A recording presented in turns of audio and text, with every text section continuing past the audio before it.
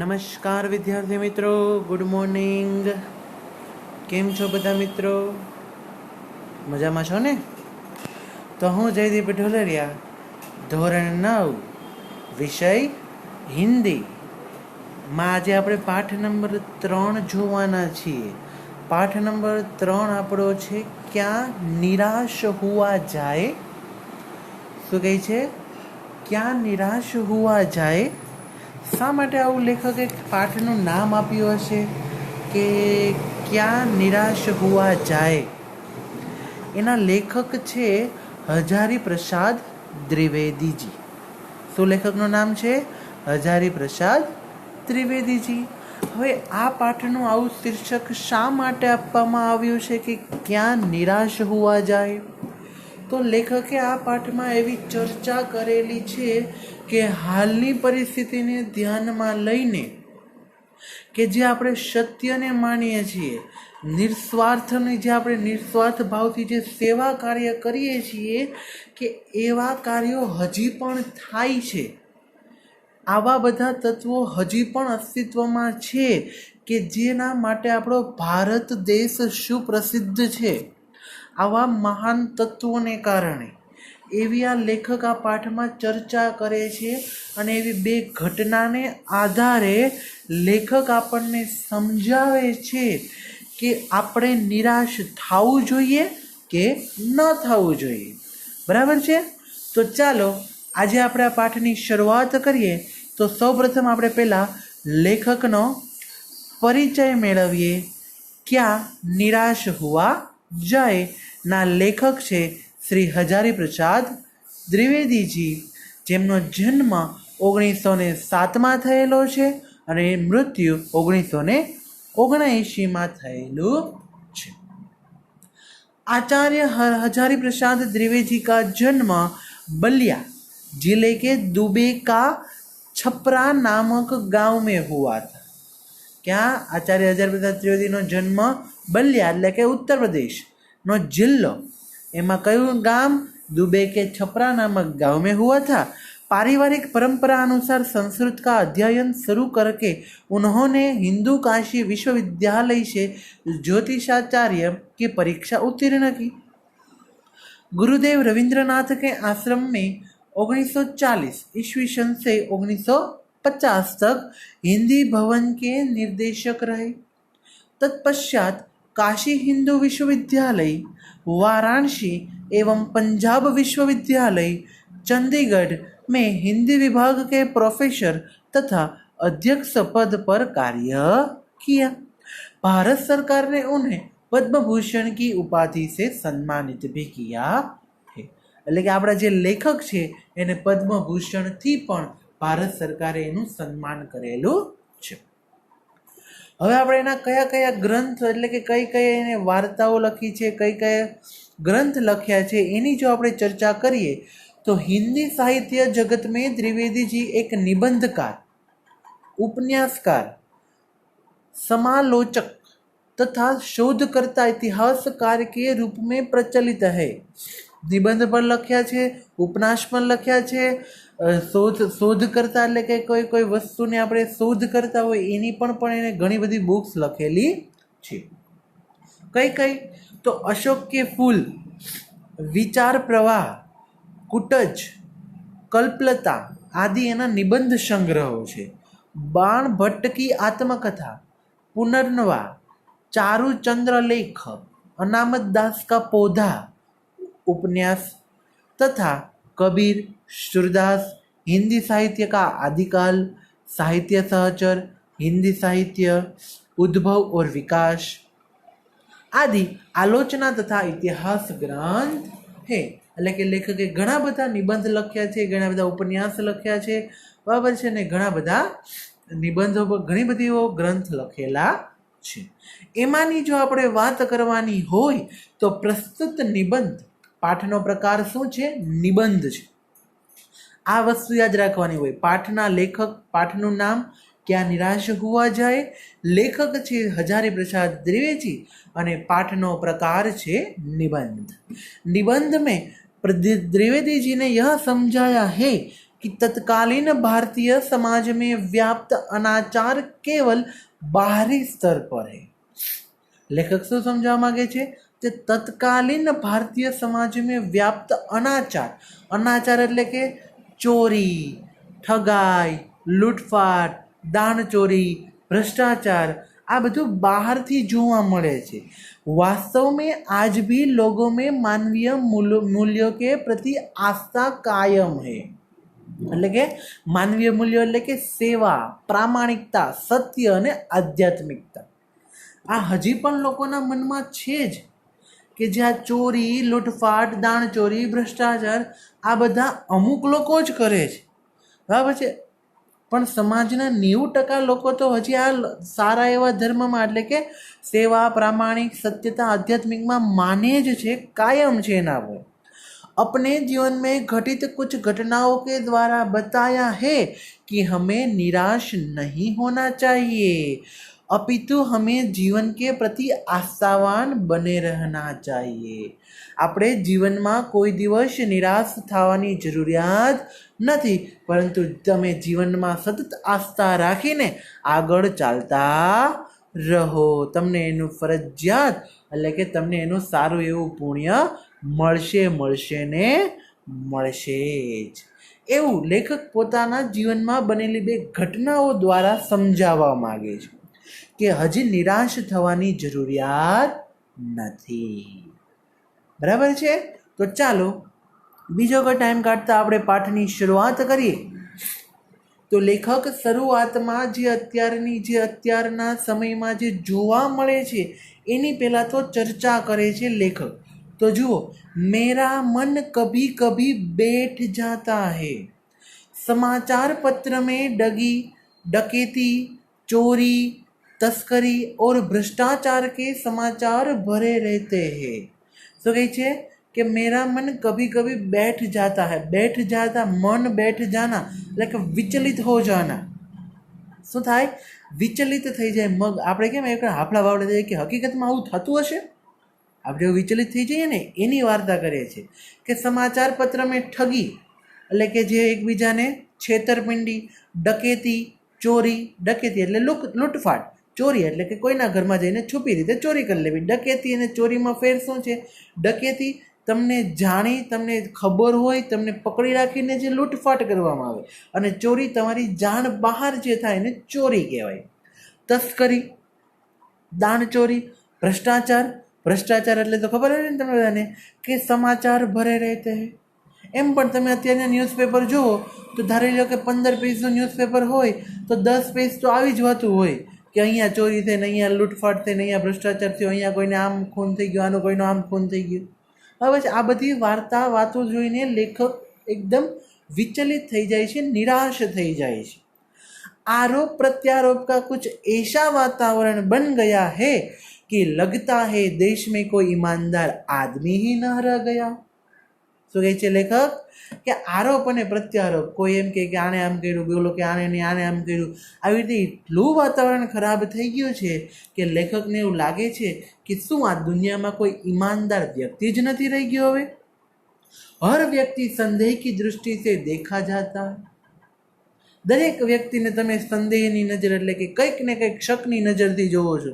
કોઈની તરફ તમે પ્રેમથી જુઓ છો, સારા ભાવથી જુઓ છો નહીં। દરેક વ્યક્તિને તમે કોઈને કોઈ શકથી જુઓ છો, બરાબર છે। કોઈ કદાચ આપણે રસ્તા પર એક સાથે ભાઈ બહેન ચાલ્યા જતા હોય તો પણ આપણે એવું જ વિચારીએ છીએ કે નહીં તે ઓલું જ। તો આ આપણો એક સંદેહની દૃષ્ટિની વાર્તા કરું છું કે આપણા મગજમાં સારા વિચાર જ નથી આવતા, આપણે દરેક પ્રત્યે કોઈ ને કોઈ શક જ કરીએ છીએ। जो जितने ही ऊंचे पद पर है उनमें उतने ही अधिक दोष दिखाई देते हैं। જે લોકો જેટલા પદ ઊંચા છે એટલે કે ધારી લો કે સામાન્ય જનતા, એના પરથી કોઈ અધિકારી, એના પર કોઈ મંત્રી, એના પર કોઈ ઉપમંત્રી હોય, તો જેમ જેટલું ઊંચું પદ છે એટલો જ એના વધારે દોષ આપણને જોવા મળે છે કે આ સૌથી વધારે ભ્રષ્ટાચાર કરે છે, આ ઓલું કરે છે, પણ આપણે આપણી જાતને તો કદી જોતા જ નથી। एक बहुत बड़े आदमी ने मुझसे एक बार कहा था कि इस समय सुखी वही है जो कुछ नहीं करता और जो कुछ भी करेगा उसमें लोग दोष खोजने लगेंगे। લેખક શું કહે છે કે મને એક સારા આદમી એવું કીધું હતું કે અત્યારે એ જ સુખી છે જે કાંઈ કરતા નથી, બરાબર છે, અને જે કોઈ કાંઈ કરે એમાં લોકો કંઈક ને કંઈક ખામી ગોતે છે। આ એક બહુ મસ્ત ઉદાહરણ આપ્યું છે લેખકે, કે તમને સમજાવું, જો મજા આવશે। અત્યારે તમે રસ્તા પર નીકળો તો તમને 5 ડગલા ચાલો એટલે કોઈ 5-10 ગ્રુપમાં ટોળ્યા, અને કોઈ જુવાનનું ગ્રુપ હોય, કોઈ ગૌઢાનું ગ્રુપ હોય, કોઈ યુવાન હોય, કોઈ બાળકો હોય, આવા તમને બેઠેલા જોવા મળશે। એ કાંઈ કરતા નથી, કેવું સુખી મસ્ત બેઠા છે। પણ ધારી લો કે કોઈ રસ્તા પરથી કોઈ કામ કરતો આદમી નીકળશે એટલે લોકોની ટીકા શરૂ કરી દે છે કે આ જો આવું કરે, ઓલું કરે, ઓલું કરે છે કે નહીં? જે નથી કરતા એ મોજ કરે છે, જે કામ કરે છે છતાં એનામાં લોકો ખામી કરે છે। તો જે કામ નથી કરતા તો એ તો મોટો ખાલી એમ જ વાતું જ કરે છે ને, તેમ છતાં એ સુખી છે, અને કામ કરે છે એ દુઃખી છે। रेडी? उसके सारे गुण भुला दिए जाएंगे और दोष को बढ़ा चढ़ा कर दिखाया जाने लगेगा। એ ભલે નાનકડું એવું કામ કરતો હોય, રેડી, પણ એ કામ નહીં દેખાય, એ કામ નહીં કરે એ દેખાશે। આપણે ઓલું કહીએ ને કે ભાઈ આપણે 100 કામ સારા કરી, પણ જો એક કામ ખરાબ થઈ જાય તો લોકો એ ખરાબ કામને જોશે, ઓલા જે બાકીના જે 99 કામ સારા કર્યા હોય એ કોઈ જોશે નહીં। 99 સારા કર્યા હોય, એક કામ ભૂલથી ખરાબ થઈ જતું હોય તો પણ છતાં લોકો એને જ કહેશે, જે 99 કામને લોકો જોતા નથી, અને એક કામ ઉપર આપણે એટલા બધા દોષના ટોપલા ઢોળી દે છે કે આપણે એને સહન કરી શકતા પણ નથી। રેડી ને? આ જ વાતાવરણ અત્યારે ચાલે છે, અને લેખકે આ પાઠમાં બહુ સત્ય હકીકત કીધી છે, બધી જ સત્ય હકીકત આપણે આ પાઠમાં જણાવેલી છે। दोष किसमें नहीं होता, यही कारण है कि हर आदमी दोषी अधिक दिख रहा है। गुणी कम या बिल्कुल ही नहीं, स्थिति अगर ऐसी है तो निश्चय ही चिंता का विषय है। हाँ, दोष कोनाમાં ન હોય, દોષ બધા, ભૂલ બધાથી થાય, બરાબર છે, પણ લોકો શું કરે છે, દેખાડામાં પોતાની ભૂલને ક્યારેય કોઈ જોતા જ નથી, પોતાની ભૂલને ક્યારેય કોઈ જોતા જ નથી। એટલે કે લેખક એવું કહે છે કે ચિંતાનો વિષય છે કે લોકો પોતાની ભૂલને નહીં, બીજાનામાં જ એની ભૂલ ગોત્યા કરે, પણ પોતે ક્યારેક સારો એવો વ્યક્તિ બનવાનો પ્રયત્ન કરતો જ નથી। क्या यही भारत वर्ष है? હવે લેખક ભૂતકાળની વાર્તા કરે છે કે જે આપણું ભારતનું ગૌરવ કહેવાતું એ આ જ ભારત વર્ષ છે કે जिसका सपना तिलक और गांधी ने देखा था। શું કહે છે કે એ જ ભારત વર્ષ છે કે જેનું સપનું તિલક અને બાળ ગંગાધર તિલક અને ગાંધીજીને દેખા था, ગાંધીજીએ જોયું હતું। रविंद्रनाथ ठाकुर और मदन मोहन मालवीय का महान संस्कृत सभ्य भारतवर्ष किसी अतीत के गर्व में डूब गया है। શું કહે છે કે જે રવિન્દ્રનાથ ટાગોર એણે અને મદન મોહન માલવીયએ જે ભારત વર્ષની, જે સંસ્કૃતમાં ભારત વર્ષની જે ગુણગાન ગાયા છે એ તો ક્યાંક ડૂબી જ ગયું છે, ભારત તો કંઈ જોવા જ મળતું નથી। જે પેલા મહાન મૂલ્યો હતા એ મૂલ્ય પણ હમણાં આપણે જોઈશું। જુઓ, आर्य और द्रविड़, हिंदू और मुसलमान, यूरोपीय और भारतीय आदर्शों की मिलन भूमि महामानव समुद्र कहाँ सूखी गया। શું કહે છે? એ આર્ય અને દ્રવિડની સંસ્કૃતિ, એ હિન્દુ અને મુસલમાન ભેગા રહીને જે જીવન જીવતા હતા, એ યુરોપની સંસ્કૃતિ અને એ ભારતીય આદર્શો, આ બધાની એ મિલન ભૂમિ એટલે કે ભારત। ભારત જેવો એક દેશ છે કે જ્યાં આર્યો પણ આવેલા છે, દ્રવિડો પણ આવેલા છે, હિન્દુ છે, મુસલમાન છે, યુરોપ છે, તેમ છતાં ભારતમાં જે મહામાનવ સમુદ્ર છે કે ઘણી બધી જાતિના લોકો આમાં રહેલા છે, ક્યાં સુકાઈ ગયો છે? મેરા મન કહેતા હૈ એસા હો નહીં શકતા। લેખક તેમ પણ એક સારી એવી આશા મગજમાં રાખે છે।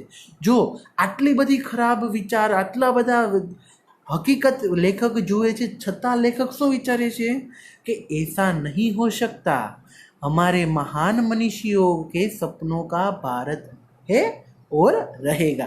मनीषियों એટલે કે જે આપણા ભૂતપૂર્વ જે વડાઓ કહેવાય ને એને મનીષીઓ આપ્યો છે, મહાન નેતાઓ. હા, એને જે સપનાનું ભારત કીધું તે હશે અને રહેશે જ, એવું લેખક વિચારે. એટલે આ વાત ઉપરથી આપણે એક શીખવાનું વસ્તુ છે, ઓલવેઝ બી પોઝિટિવ. હંમેશા સારું જ વિચારો, ખરાબ વિચાર લાવશો નહીં. લેખક આટલું બધું ખરાબ કહે છે સમાજ વિશે, તેમ છતાં લેખકે છેલ્લે શું કીધું કે નહીં, હજી કંઈક સારું એવું ભારત છે અને રહેશે જ.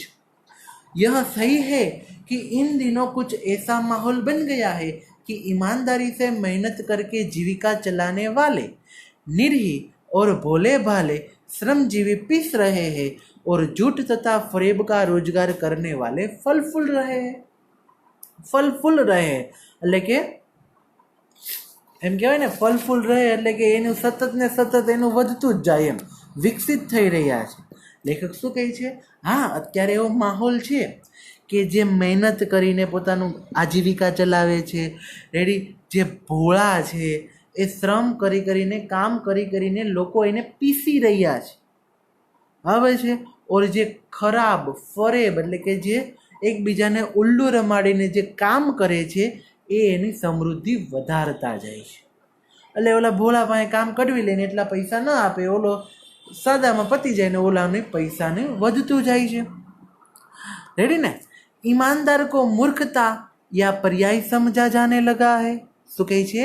ઈમાનદારને મૂર્ખ ગણવામાં આવે છે. જે ઈમાનદાર વ્યક્તિ છે એને શું ગણવામાં આવે છે કે આ તો ભાઈ મૂર્ખ છે, આને અરે કામ કઢવી લો, પૈસા આપણે લ્યો, એને થોડું ઘણું આપી દો. सच्चाई केवल भीरू और बेबस लोगों के ही हिस्से पड़ी है. શું કહે છે? સચ્ચાઈ કેવલ એટલે કે જે સત્યતા છે એ ક્યાં પડી છે? માત્ર ને માત્ર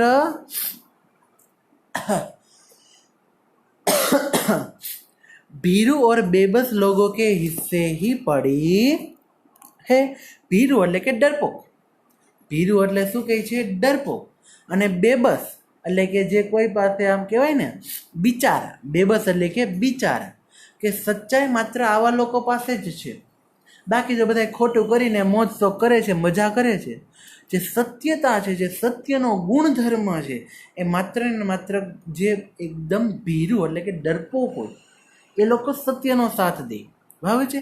અને બેબસ બિચારા છે એટલે કે સામાન્ય જનતા કહી શકાય કે સત્યના માર્ગે ચાલે છે, પરંતુ બહુ ઓછા લોકો એવા છે કે જે બેઈમાની કરીને ઘણી બધી મોજ શોખ ભોગવે છે. ऐसी स्थिति में जीवन के महान मूल्यों के बारे में लोगों की आस्था ही हिलने लगी है. આવી સ્થિતિમાં જે લોકોના જે મહાન મૂલ્ય હતા, મહાન મૂલ્ય આપણે કીધા ને કયા કયા? સેવા, પ્રામાણિકતા, સત્ય અને આધ્યાત્મિકતા. આની આસ્થા જે છે, લોકોની જે સત્ય પ્રત્યેની આસ્થા એ ડગમગવા લાગી છે. હવે લોકોને ધીમે ધીમે સત્ય, પ્રામાણિકતા ઉપર વિશ્વાસ ઉઠતો જાય છે આ બધી ઘટનાઓને કારણે. परंतु ऊपर ऊपर जो कुछ दिखाई दे रहा है वह बहुत ही हाल की मनुष्य निर्मित नीतियों की त्रुटि की देन है. આપણે ઉપર જેટલા મુદ્દાની ચર્ચા કરી એ શું છે? મનુષ્ય નિર્મિત નીતિઓ કી ત્રુટિ કી દેન હે. એટલે કે માનવે જ બનાવેલી જે ખામીથી આ બધું સર્જાયેલું છે, કે માણસે જ કરેલી ભૂલને કારણે આ બધી જ વસ્તુ, ચોરી, ડકેતી, બેમાની, ભ્રષ્ટાચાર, આ બધું આપણે જ સર્જેલું છે. કે ભગવાને કીધું હતું કોઈને? ભગવાન એવું કંઈ લઈને આવ્યા છે? ગાંધીજી એવું કંઈ કહેતા કે ભાઈ ચોરી ભ્રષ્ટાચાર કરો? વલ્લભભાઈ પટેલ એવું કંઈ કહેતા? રવિન્દ્રનાથ ટાગોર એવું કીધું હતું કે ભાઈ ચોરી કરો, લૂંટફાટ કરો, બેઈમાની કરો, ભ્રષ્ટાચાર કરો અને પૈસા કમાવો? નહીં. આ એક આપણા દ્વારા જ નિર્મિત થયેલું છે. सदा मनुष्य बुद्धि नई नई परिस्थितियों का सामना करने के लिए नई सामाजिक विधि निषेधों को बनाती है. શું કરે છે? લોકો વર્ષે ને વર્ષે નવી પરિસ્થિતિ માટે સામનો કરવા માટે કંઈક નવી સામાજિક વિધિ બનાવે છે. હવે છે, સમજી લો કે કોઈ વ્યક્તિ એટલો બધો ગરીબ છે, એને કંઈક એવી વસ્તુની જરૂર પડી કે એને ચોરી કરવાની જરૂર પડી, બરાબર છે. તો એના કારણે એને ચોરીનો રિવાજ બનાવી લીધો કે એને જો એકવાર ચોરી થઈ, એનું કામ પતી ગયું એટલે એને બીજી વાર કરશે, મજા આવી, ત્રીજી વાર કરશે, મજા આવી. તો તો એના કારણે એક આ ચોરીનો એને રિવાજ બનાવી દીધો. હા કે ના? રેડી? તો આ શું કર્યું કે પરિસ્થિતિનો સામનો કરવા માટે એને આવું કંઈક વિચાર્યું કે નહીં, સારું વિચાર્યું હતું બરાબર જ રેડી, પણ એને પોતાનો એક ધંધો બનાવી લીધો. એના કારણે એ આપણી મનુષ્યની ત્રુટિ છે, બરાબર ને? बनाती है उनके ठीक साबित न होने पर उन्हें बदलती है. વર્ષાંતરે આવું થતું આવ્યું છે કે લોકો જે રીત રિવાજ છે મેળ પડે તો રાખે, નહીં તો વર્ષાંતે શું કરે છે એને બદલતા જાય છે. સરખો ના હોય તો બદલે, બરાબર છે. જેમ કે આપણે પહેલાંના જમાનામાં વાર્તા કરીએ કે ભાઈ લગ્ન થતાં આપણા મમ્મી પપ્પાના લગ્ન થયા હોય તો ભાઈ કોઈ જોયું ન હોય કે મમ્મી કેવા હતા ને પપ્પા કેવા હતા. એમને લગ્ન થાય પછી ખબર પડે કે ભાઈ મમ્મી આવા હતા ને પપ્પા ધોળા હતા, મમ્મી કાળા હતા, પપ્પા જાડા હતા ને મમ્મી પતલા હતા ને એવી બધી પછી ખબર પડે. તે સિવાય કંઈ ખબર પડતી નહીં. પણ હવે તો શું રિવાજ થઈ ગયો, જોવાનો, સમય કાઢવાનો, થોડો ઘણો મજા આવે તો ચાંદલો કરવાનો ને પછી મજા આવે તો લગ્ન કરવાના, ન મજા આવે તો નહીં કરવાના. તો શું થયું કે ભાઈ પહેલી પરિસ્થિતિ અનુકૂળ નહોતી, બધાને સારું જોઈતું એવું ના મળતું, એટલે એ રીતિમાં થોડોક ચેન્જ કરવામાં આવ્યું. नियम कानून सबके लिए बनाए जाते हैं पर सबके लिए कभी कभी एक ही नियम सुखकर नहीं होते. નિયમ બધા માટે હોય પણ બધાય માટે પછી એક નિયમ સુખકર ન પણ હોય. બરાબર, ધારી લઈએ કે આપણે હાલનો મુદ્દો છે કોરોનાની પરિસ્થિતિમાં આપણે માસ્કને મહત્વ આપ્યું કે એક માસ્કનો કાયદો બનાવ્યો કે ભાઈ માસ્ક ન પહેરવા પર 500 રૂપિયાનો દંડ.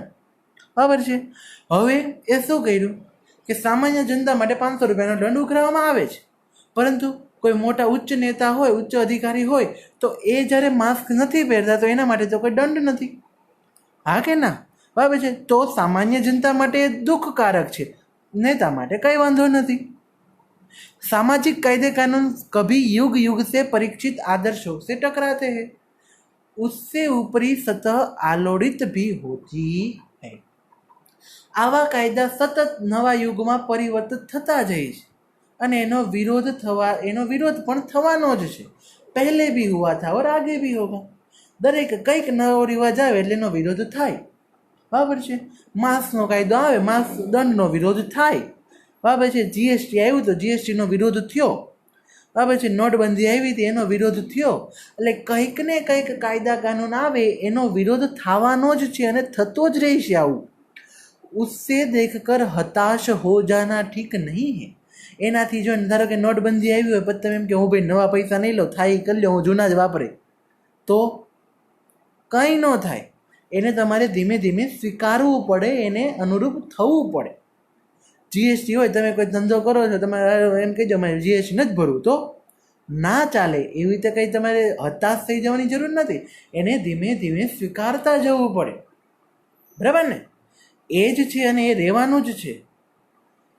भारतवर्ष ने कभी भी भौतिक वस्तुओं को संग्रह को बहुत महत्व नहीं दिया है. ભારતે કોઈ પણ ભૌતિક વસ્તુ એટલે કે કોઈ સામાન્ય એવી ભૌતિક વસ્તુનો મતલબ અહીંયા શું લઈ શકાય કે એવી કોઈ નાની એવી પદ્ધતિ હોય કે જે ટૂંક સમય માટે એને બહુ ઝાઝું મહત્વ નથી આપ્યું. बराबर है. परंतु उसकी दृष्टि में मनुष्य के भीतर जो महान आंतरिक तत्व स्थिर भाव से बैठा हुआ है वही चरम और परम है. कि मानवना जे अंदर आंतरिक जो तत्व बैठो है એ જ મહાન છે. लोभ मोह काम क्रोध आदि विकार मनुष्य में स्वाभाविक रूप से विद्यमान है, पर उन्हें प्रधान शक्ति मान लेना और अपने मन पर तथा बुद्धि को उन्हीं के इशारे पर छोड़ देना निष्कृत आचरण है. मोह लोभ काम क्रोध आ चार विकार છે. આપણા શરીરના ચાર વિકાર છે: કામ, લોભ, મોહ અને ક્રોધ. શું છે? કામ, મોહ, લોભ અને ક્રોધ. આ ચાર વિકાર છે. જો આ ચાર વિકાર ઉપર આપણું શરીર ચાલ્યું જાય ને તો આપણો વિનાશ શક્ય છે.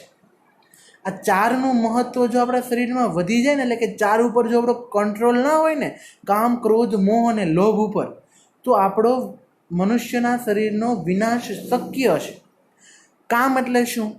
કામના, વાસના.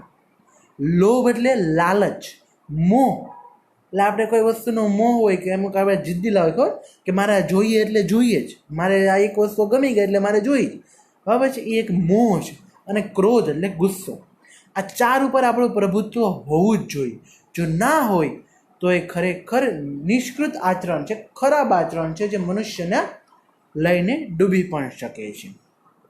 भारतवर्ष ने कभी भी उन्हें उचित नहीं माना. આ ચાર વિકારને ક્યારેય ઉચિત માન્યું જ નથી. उन्हें सदा संयम और बंधन से बांध कर रखने का प्रयत्न किया है.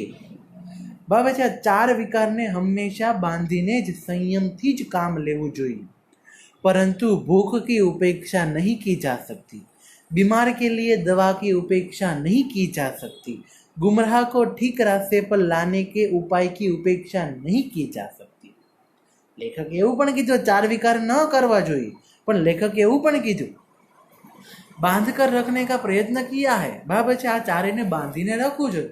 પરંતુ ભૂખ તમને લાગી હોય, કોઈ ખાવાનું ન આપે તો ગુસ્સો આવે કે ન આવે.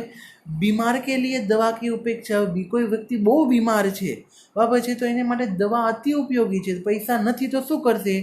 ચોરી જ કરશે ને. લોભ થશે એને કે નહીં મારે ગમે એમ કરીને પૈસા લાવવા છે, તો એની પણ ઉપેક્ષા ન થાય. ગુમરાહ કો ઠીક રાસ્તે પર લાને કે ઉપાય, ભાઈ કોઈ વ્યક્તિ ખોવાઈ ગયો છે, અંજાન છે, તો એને તમારે રસ્તા પર લાવવો જ પડશે. તો આ ચાર જે આ ત્રણ વસ્તુના આધારે નહીં પાય, ચારેય કરમાં હારે કામ, ક્રોધ, મોહ, લોભ હારે સંકળાયેલા છે. તો આની ઉપેક્ષા પણ ન થાય ને આ ચારને આપણે છૂટા પણ ના મૂકી શકાય. બરાબર છે. પણ યાદ રાખવાનું કે એ ચારનો ઉપયોગ તમારે એવી રીતે કરવાનો કે આપણા શરીર પર હાવી ન થવા જોઈએ. શું? આપણા શરીર પર ગુસ્સો જરૂરી છે, પણ એ આપણા શરીર ઉપર જો હાવી થઈ જાય, દરેક નિર્ણય તમે જો ગુસ્સાથી લેવા લાગો તો એ આપણા માટે નુકસાનકારક છે. એટલે લેખક એવું જ કહેવા માગે છે કે આ ચારને તમે સંયમથી કામ લો, ચારેયને તમારા શરીર પર હાવી થવા દો નહીં. પડશે ખબર મિત્રો? તો આપણે આજ માટે એટલું રાખશું. આ લેખકે વાર્તા કરી છે. હવે આપણે આગળના ભાગ નંબર 2માં જોઈશું કે હજી આગળ લેખક કઈ કઈ વાર્તાઓની ચર્ચા કરે છે. આ પાઠ બહુ મજા આવે એવો પાઠ છે. જો તમે તમારા જીવનના મૂલ્યોને ધ્યાનમાં રાખતા હોય તો. હવે છે બહુ અગત્યનો પાઠ છે ને, સમજવા જેવો પાઠ છે, કારણ કે આ પાઠ બહુ સમજી વિચારીને લેખકે આપણને આપેલો છે. બરાબર છે. તો આજ માટે આટલું જ. આગળનું જોશું આપણે ભાગ નંબર 2માં. તો આવજો. નમસ્કાર વિદ્યાર્થી મિત્રો.